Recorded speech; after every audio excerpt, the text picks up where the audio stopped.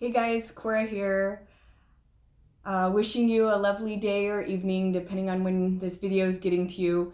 I am actually on here because a while back I shared a video about my intentions on trying to quit drinking. Uh, at that time, if you've seen the video, I got a little emotional, but I was opening up about that. And since that video, this is an update, and I did quit drinking for a whole year. After the year without alcohol, I did drink 3 times, and I'm here with you today. And after that, the year without, and then drinking 3 times, I'm at 327 days without alcohol, and it feels amazing.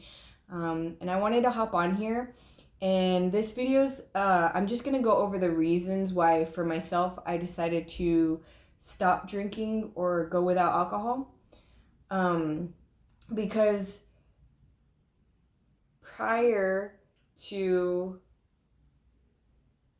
me quitting drinking, I I feel like maybe like a lot of people do, and that's that maybe something super horrible happened in your life, and or that's why that person quit drinking and they hit rock bottom.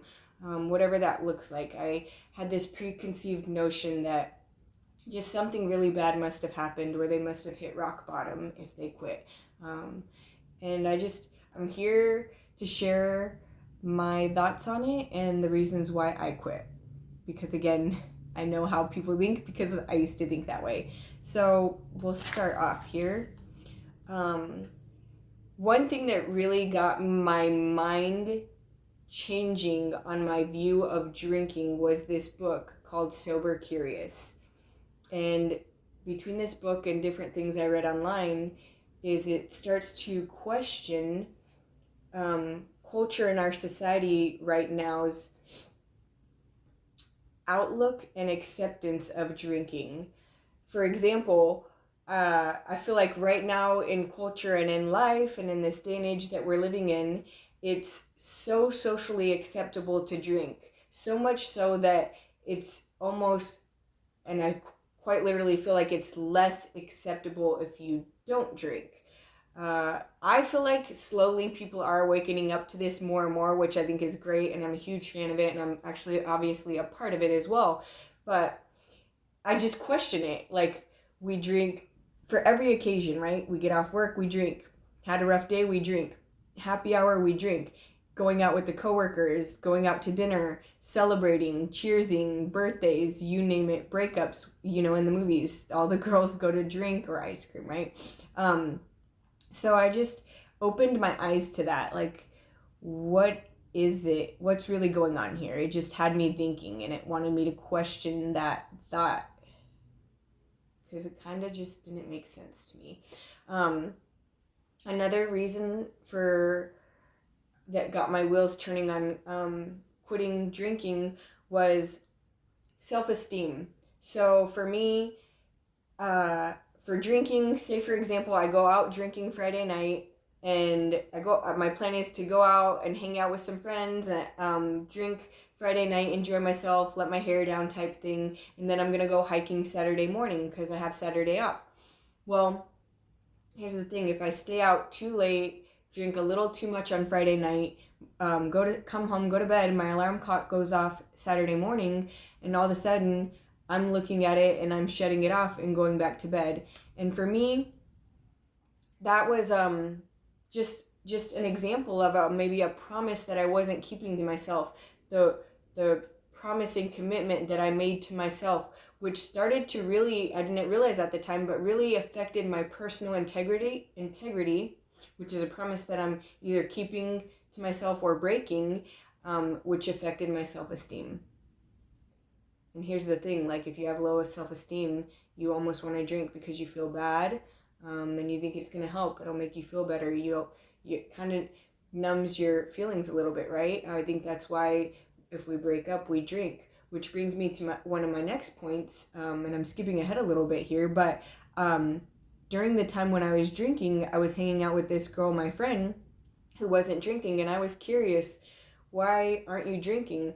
And like me, she had a long list of reasons for not drinking, but one of them that stuck with me and didn't really hit until later on was this thing that I think she read as well about how alcohol, people drink to numb a feeling, a bad feeling, right? You had a bad day, you're gonna drink. Again, a breakup, you're gonna drink. But here's the thing about drinking and alcohol: it doesn't get to choose or decide which feelings it's numbing. That means it's good or bad, and it's numbing it. And so this really hit me on one of my birthdays. I had friends coming to visit, and it was a big gathering, and we were meeting out at a restaurant. And while all my friends were drinking this night or this day, I decided not to drink. And that was very intentional on my part. I have these friends, making a sacrifice of time. Again, some of them had traveled further to come see me and spend time with me. And I just wanted really to be able to fully accept and embrace and be very present and in that moment and accept all of that love that I was getting. So again, the alcohol and it not being able to choose which feelings it numbs, the good or the bad. I didn't want it to numb the good. Another reason I decided to quit drinking is my sister, as well as myself, had problems controlling our drinking. So I wanted to be a good example for her. I wanted to prove to her that it's possible and that you can still live a fun, full, and really great, amazing life without alcohol. I guess another reason I just thought of it too is I wanted to quit because when I tried to limit it, it was really difficult. It was really hard. Another reason was I would notice, I liked beer, so I would literally choose which restaurant I would go to, not based off the food, but based off what beer they had on tap. So that just like these light bulbs were going off, and it was just like, what's really going on here, right? Another reason I decided to quit drinking was my standards went down when I was drinking. For example, you meet a guy online and you guys go out on a date, or say you guys go out for drinks, which is common. For me, if I'm drinking, I'm just laughing and I'm having a good time and just feeling vibes and not really asking really important questions. And so for me, my standards were going down. For example, if I'm sober and on a date, I'm more intentional. I'm asking really important questions. I'm figuring out who he is. I'm seeing if our goals and our values align, our idea of the future aligns. So again, just kind of like I said, my standards going down when I'm drinking. That I'm getting older, so that was important to me, that I was being more aware. I'm a really hard worker, and so one reason was I felt like I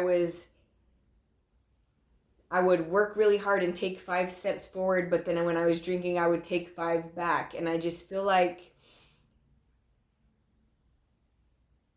forgive me at this moment, I can't really think of a good analogy, but hopefully that makes sense to whoever I'm speaking to in regards to that one. One reason would be it covered up my hard work in the gym. So generally I work out, not as much for a physical appearance thing. It's more for to be healthy overall in general. It really helps my mental health. But the benefits of looking good don't hurt either. And say you maybe like sweet drinks, and I imagine those have a lot of sugar, and sugar is stored in our body as fat, so that's going to cover up your hard work that you're putting in the gym. For me, I really liked beer. That's a lot of carbs, and now without alcohol, my midsection just looks a lot better. It's literally poison for your body. I don't think I really have to go into that. It's crazy that we so willingly consume it and don't really look at it that way, maybe as much as we should. My dad did pass away from alcohol as well.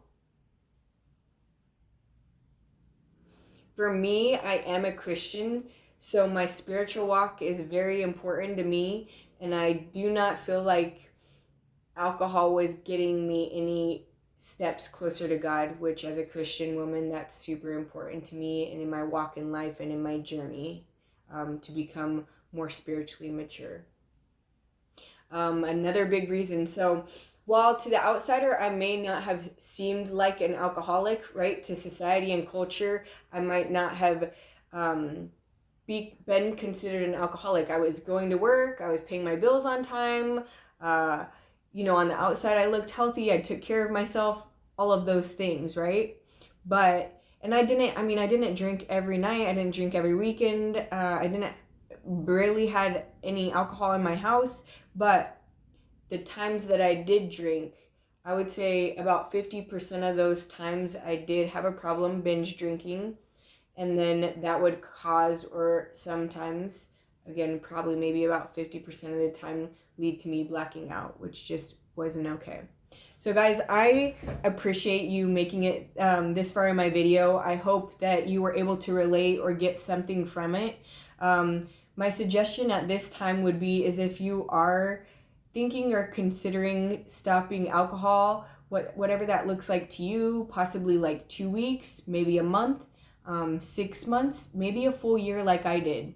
I have friends that have done it without any help, and she's doing well. I know people that have gone to AA and continue to go.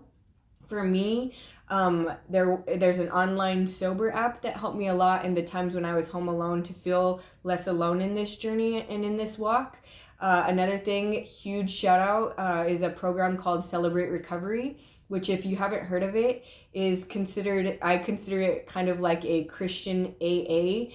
So if that's something that's been going around in your mind, that's an idea that you've been toying with, I huge recommend looking into that. Find your local one and give it a shot. It was huge in my recovery, and it helped me. Without it and the step study that I took, I wouldn't have been able to do my first year alcohol free.